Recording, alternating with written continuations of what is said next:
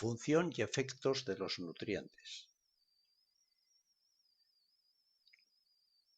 Veamos los nutrientes básicos en la alimentación humana. La composición en hidratos, proteínas y grasas del combinado ideal equivale al pienso compuesto para la especie humana. En porcentajes de casi la mitad, 48%, estaría constituido por los hidratos, el 36% por las proteínas y el 16% por las grasas. Nos fijaremos fundamentalmente en los tres primeros componentes, pero en especial en los hidratos y en las proteínas. Los hidratos de carbono. Nuestro cuerpo debe disponer del combinado glucosa con oxígeno de forma continuada, y si falla alguno de estos elementos más de 3 minutos consecutivos, la vida de las células se apaga por inanición. La glucosa necesaria la obtendremos de la degradación de los hidratos de carbono, y el oxígeno que llega a las células es transportado por los glóbulos rojos directamente a todas y cada una de las células. En cuanto a las proteínas, nos aportan los aminoácidos con los que renovamos las células muertas. La mayoría de las células tienen fecha de caducidad, como las de la piel, entre 20 y 22 días. Las de la mucosa gástrica, hay que reemplazarlas cada 2 o 3 días. Los glóbulos rojos, que tienen una vida media de 120 días. Por ello, debemos reponer continuamente en una cantidad promedio de unos 80 millones día.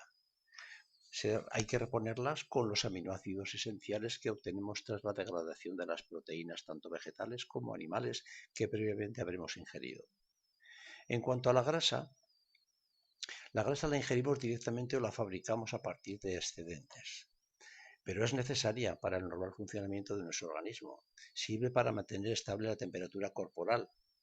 Es el combustible ideal para el ejercicio físico, pero hay que mantenerla en el nivel óptimo, entre el 10% y el 20% del peso real en hombres y el 15 y el 30% en las mujeres, siendo perjudiciales tanto sus defectos como sus excesos. En principio, recordar estas cifras de 48, 36, 16 resulta un poco complicado. Por eso hemos intentado facilitarlas, simplificándolas para facilitar su memorización, dividiéndolas simplemente entre 12, y así obtendremos para hidratos 4, para proteínas 3 y para grasas 1,33. Pero ¿qué ocurre cuando en nuestras comidas ignoramos las proporciones ideales? Y por ejemplo, la comida si es demasiado rica en proteínas. Nuestro organismo procesa correctamente solo la cantidad respaldada por los hidratos y considera el resto como excedente. Y entonces tiene dos opciones: o lo elimina o lo utiliza para hacer grasa. Esa grasa va a parar a la reserva, elevando el nivel óptimo. ¿Qué ocurre cuando el exceso es de hidratos de carbono? Cuando la comida es demasiado rica en hidratos, nuestro organismo actúa de forma semejante, procesa correctamente la cantidad respaldada por las proteínas y considera el resto como excedente, que tratará de eliminarlo o bien directamente o quizá y más probablemente lo utilizará para hacer grasa.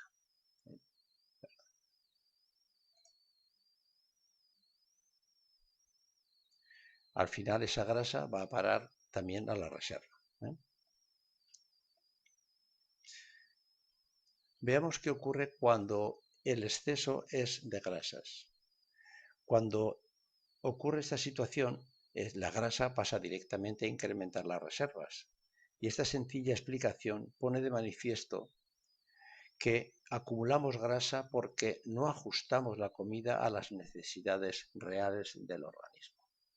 Y por eso, siempre que veamos una persona con exceso de grasa, podemos asegurar que no se ha alimentado correctamente.